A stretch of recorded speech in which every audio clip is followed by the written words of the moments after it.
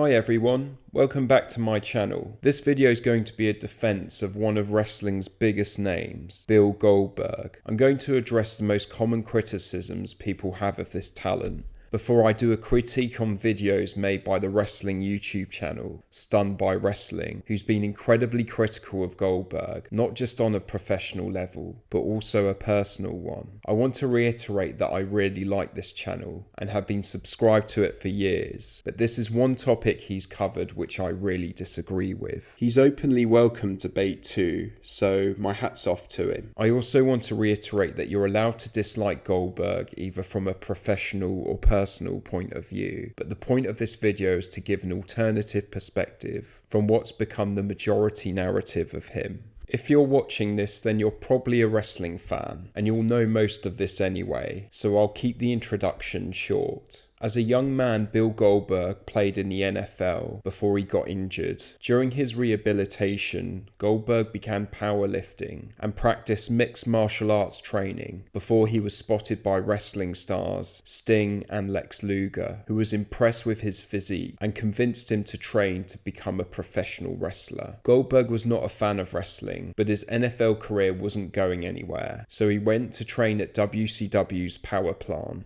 He had been training for less than a year before he made his televised debut, which was very early in the context of a conventional route for a wrestler who would have normally been working in developmental dark matches for years before appearing on TV. This meant that unlike most of the televised WCW roster at the time, Goldberg had very little wrestling experience, but fans were immediately drawn to him after his debut match against Hugh Morris. He was originally booked to be a silent heel, but the crowd reaction was so positive towards him that WCW lent into this and booked him as a fan favourite instead. He would go on to squash opponents in what would sometimes be seconds, instead of having a conventional 5 to 10 minute match. This hid his inexperience in the business, but fans went crazy for him and he became a huge star in WCW during a period when it was the biggest wrestling company in the world.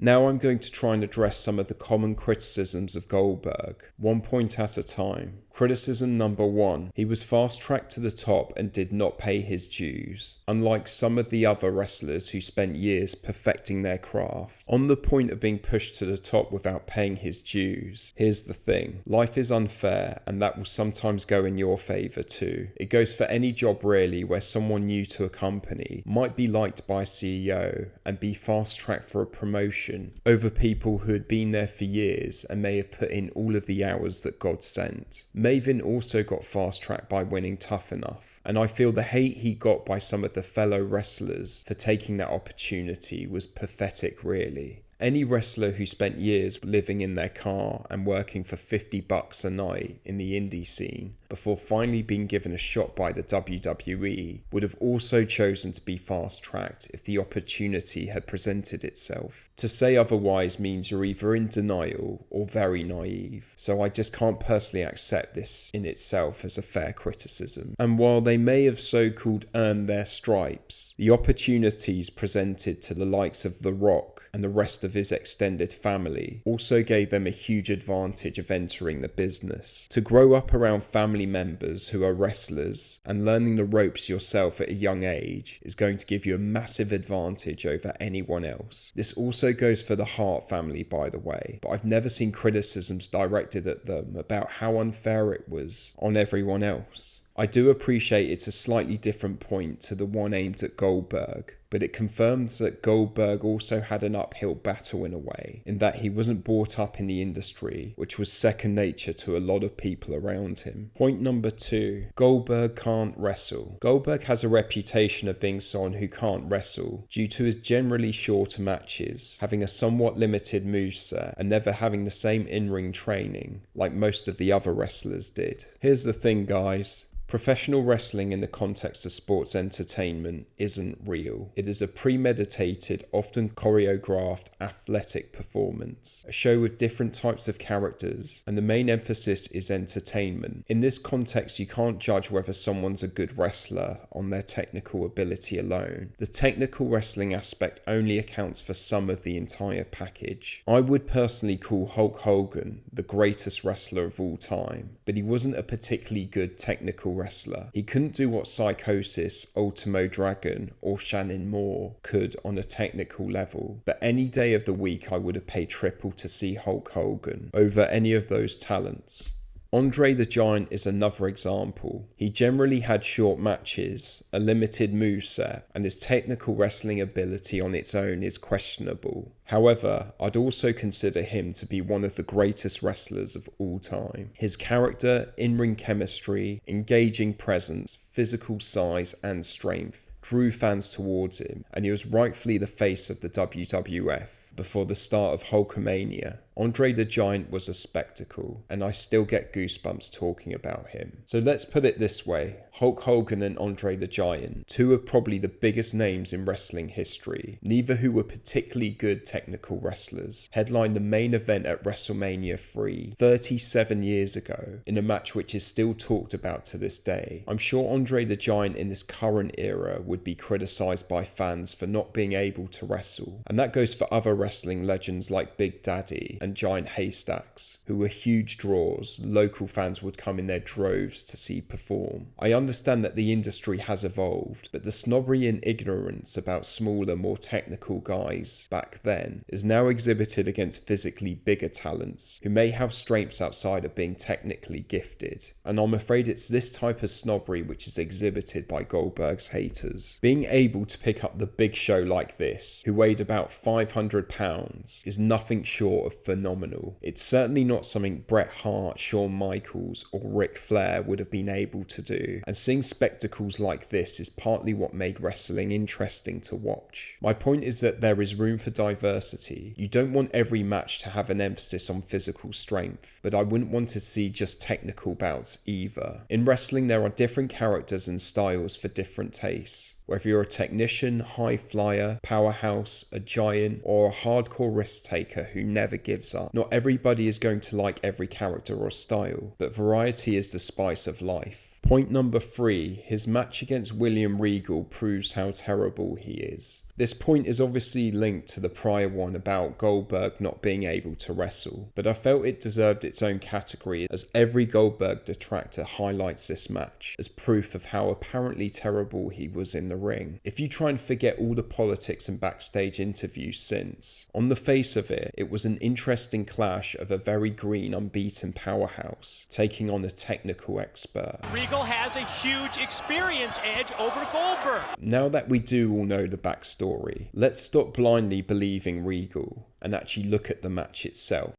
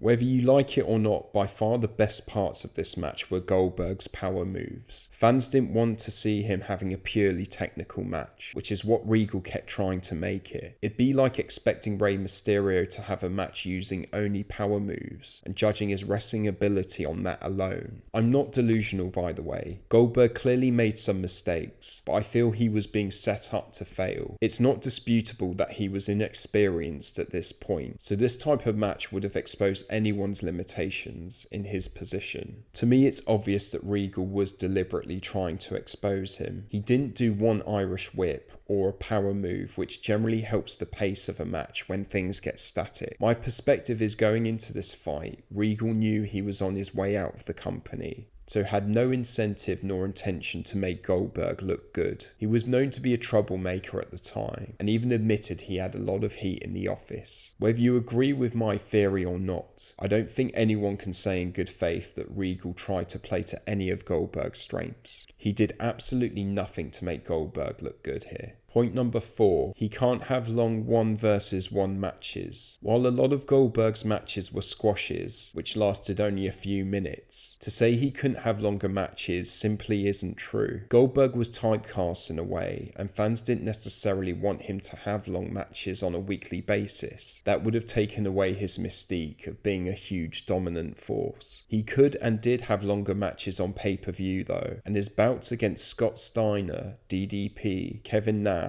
The Rock and Chris Jericho all lasted over 10 minutes long and were decent matches. There were also some okay to not so decent longer matches he was involved with against Triple H, Brock Lesnar and The Undertaker. Whether you consider those to be good matches or not is besides the point I'm making really. It's indisputable that Goldberg could have conventional 10-minute wrestling matches, even if he wasn't booked much to do so. Point 5. He was dangerous to work with. Another criticism directed at Goldberg is that he was dangerous to work with, and many didn't forgive him for a kick which ended Bret Hart's career. Now look, I'm a huge Bret Hart fan, and I was devastated about his early retirement on so many levels. It was an incredibly clumsy and irresponsible move by Goldberg, and even Bret confirmed how much he expressed remorse about it afterwards. I'm not going to defend Goldberg for this kick, but rather accept that it was human error which happens in the industry. Edge ended Christopher Nowinski's career with this mistimed botch. Sting ended Rick Rude's career with an irrational dive. And what Owen Hart did to Stone Cold was far more irresponsible and dangerous than Goldberg's kick. Yet none of them get anywhere near the same hate that Goldberg does. I'm aware that Goldberg also hurt The Undertaker in something which could have been a lot more serious. But this was 20 years later in a match I think we can all agree should never have happened at that point in their careers. This accident was also caused after Goldberg allegedly concussed himself before the match had even started by psyching himself up backstage and headbutting a door before then hitting his head on the ring post during the match. The choice Goldberg had was to either stop and say he was hurt.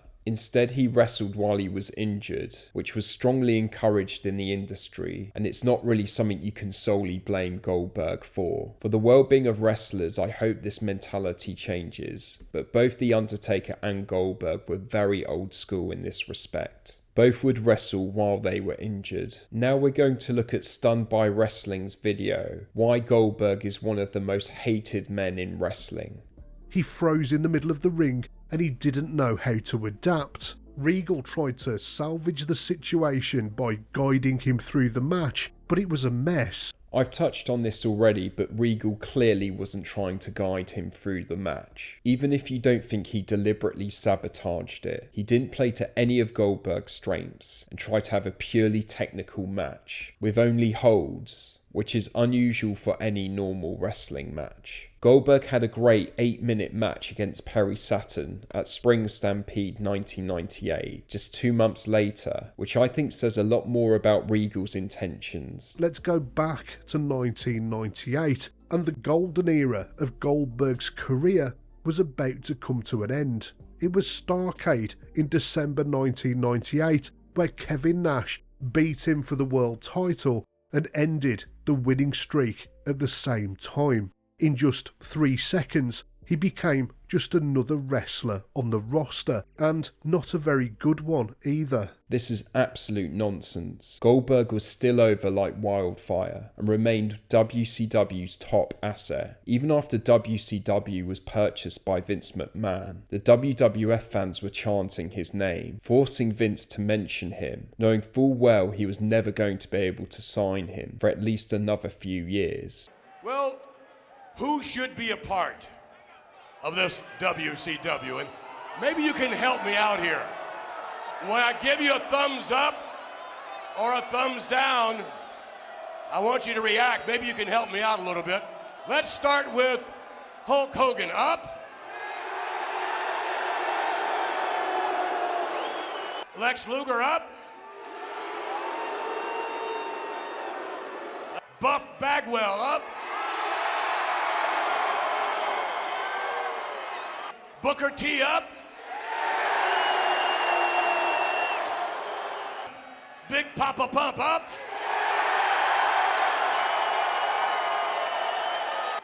Well, I don't know that you've necessarily helped me, except that, let me just say this.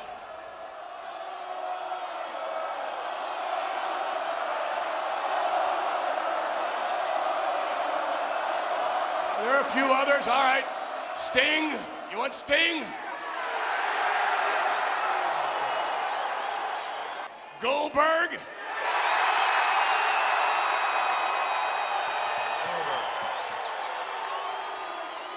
Goldberg would also be on the front cover of every subsequent WCW video game which came out. With Bret Hart did look promising. If anyone could drag a good match out of Goldberg, then surely it was the Hitman. They eventually faced each other in 1999 for the World Heavyweight Championship, and it was here that we saw just how careless Goldberg could be in the ring. He managed to kick Bret full force in the head, giving him a devastating concussion that would go on to end his legendary career. Many fans have never forgiven Goldberg for this reckless moment, and neither has Bret himself. I've addressed this point already. You wouldn't say the same thing about Owen Hart, Edge or Sting, who made similar botches which ended or at least shortened careers. It was around this time that the WWF was parodying Goldberg with their very own version, in Goldberg. It was just Vince McMahon poking fun at the somewhat ridiculous nature of Bill's character. No, this was the WWF seeing WCW as a threat, so they poked fun at one of their top stars. Vince also poked fun at Hogan, Savage and Flair, all of whom had the same or very similar characters when they wrestled for the WWF. Goldberg's character in the WWF was also very similar to the one in WCW, so what you're saying is just absurd. Goldberg's reputation for having a thin skin was cemented even further in the year 2000 when he had a run-in with Triple H. Hunter had allegedly made comments about Goldberg's lack of experience and how injury-prone he was before saying that he would be worthless in the WWF. A few months later, both men were in attendance at a press event.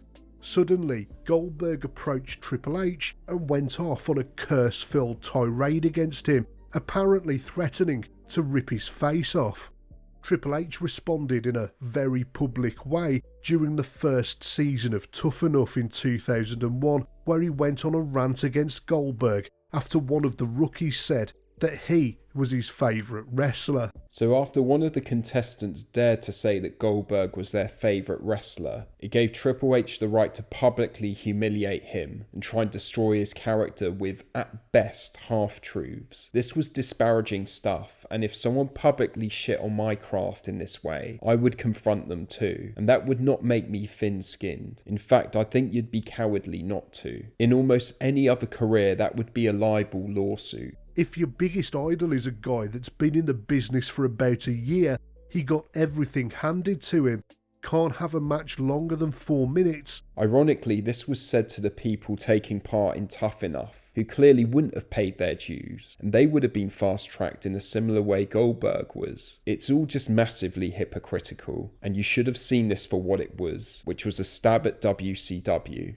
Has not wrestled for more than 3 months straight because every 3 months he's got a hangnail, got a toothache, got a tummy ache, and he has to take time off. You shouldn't keep going when you're seriously injured, but Goldberg would anyway. He was concussed before he even had his match with The Undertaker, and he was also concussed during his match with DDP, which he finished. I don't know exactly what match Triple H is referring to here when he says Goldberg didn't keep going when he was hurt, but he funnily enough didn't say the same thing about his best friend Kevin Nash. But it was when he arrived in WWE that Goldberg was truly exposed as being a fraud for the entire world to see. No, they just booked him terribly, as they did with Scott Steiner, DDP and Sting. Like Steiner, Vince tried to make him talk and have jokey aspects to his character, when less was more. If you're not counting squashes, I thought his matches against The Rock, Chris Jericho and Evolution were good, and I thought his Elimination Chamber performance was excellent. This was the land where main event superstars were expected to cut compelling promos and wrestle 20-minute main events, and Goldberg had no chance of being able to do either of those things competently.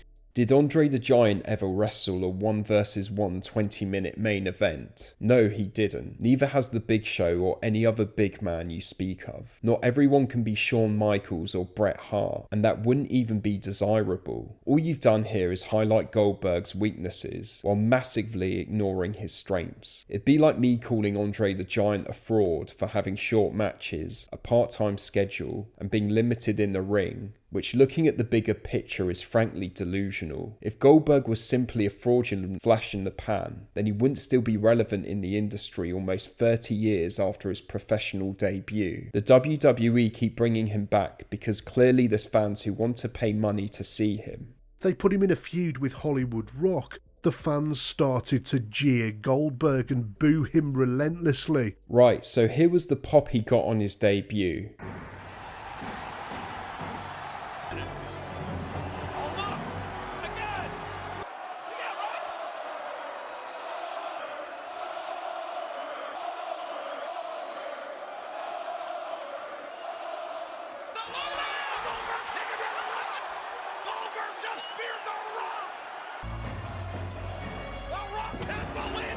And the fact that some fans jeered him before he even had a match with The Rock says it all. This was 2003 and the Monday Night Wars was still really fresh in the minds of many. None of the WWF marks simply wanted a WCW guy to come and beat one of their WWF heroes. The exact same thing happened with a face Scott Steiner versus a heel Triple H. And if we're being fair, the cheers to boos in the Goldberg versus Rock match was about 50-50.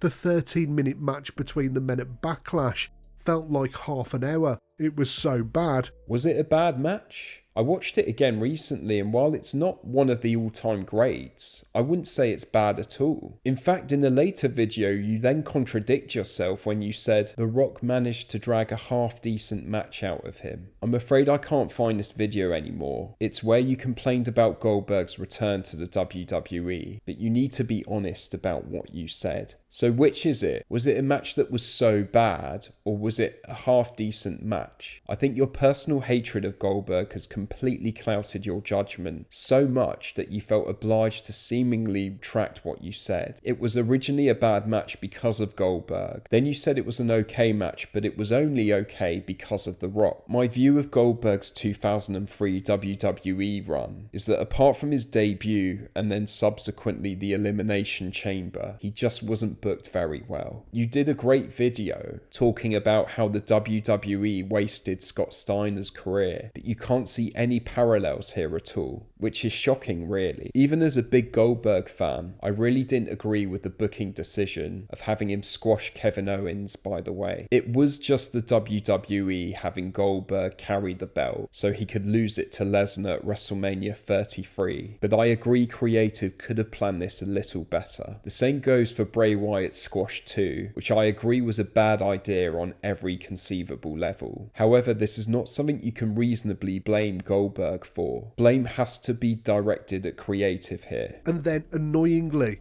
he killed Kevin Owens' main event push at Fastlane by squashing him for the Universal Championship.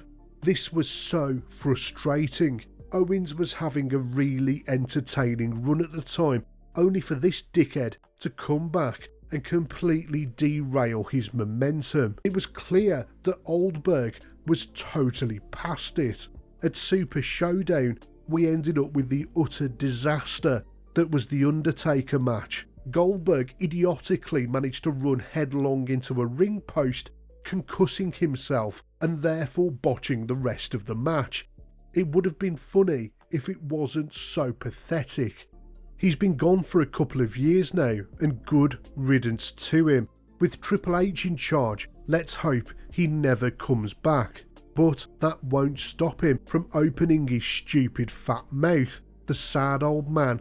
It's pathetic comments like that that prove that Goldberg will remain one of wrestling's most hated men long into his retirement. I think you're just epitomising bad faith here and trying to destroy not only Goldberg's craft, but also his character. There's plenty of examples of Goldberg doing charity work, exhibiting distaste to the sleazy soft porn aspect of WWE's Attitude Era, and being a family man who is not involved in any infidelity, unlike some of your so-called heroes. This is someone who pursued higher education, has an acting career, and played American football professionally. There's far worse role models than Goldberg, and I think it was about time that someone stuck up for him. Goldberg did the seemingly impossible by becoming a young homegrown WCW talent who became a top star during the Monday Night Wars. This was no mean feat, given not only the established competition on the stacked roster, but also the political power that these talents had. You had to be something really special to be a homegrown rookie main eventer during this period in WCW, and Goldberg was just too over to ignore. He absolutely oozed star power and popularity in a way that others simply couldn't. In conclusion, it's important to remember that the ultimate goal of any wrestling product is to make money and move merchandise. Goldberg was featured on the cover of every WCW game that came out after he debuted, and he became the company's most valuable asset. In terms of achieving the ultimate goal for a wrestling company, Goldberg is a straight A student. To suggest that the average Goldberg hater knows more than Eric Bischoff, Vince McMahon, and Triple H is absurd. Goldberg has been relevant in the industry for almost 30 years, which says it all. He wasn't a flash in the pan. He's had success in WCW and in two very different eras in the WWE, because fans wanted to see him. Cheap imitations have been attempted countless times, but they just don't live up to his popularity. And while you may not personally see the value in Goldberg yourself, that doesn't mean that the value's not there. I'm going to put my head on the chopping block now and say that I don't personally see the value in Ric Flair in the same way others do. He wasn't particularly technical, high-flying, or physically imposing. His matches were generally the same predictable spots, and he had a very boring finisher people rarely tapped out of. But given his relevance in the industry, I can appreciate there's value there which I just don't personally see. He's not close to Shawn Michaels or Bret Hart on a technical level, but those who feature Flair as one of the greatest of all time must do so for different reasons. And that same analogy applies to Goldberg, Andre the Giant, and Hulk Hogan.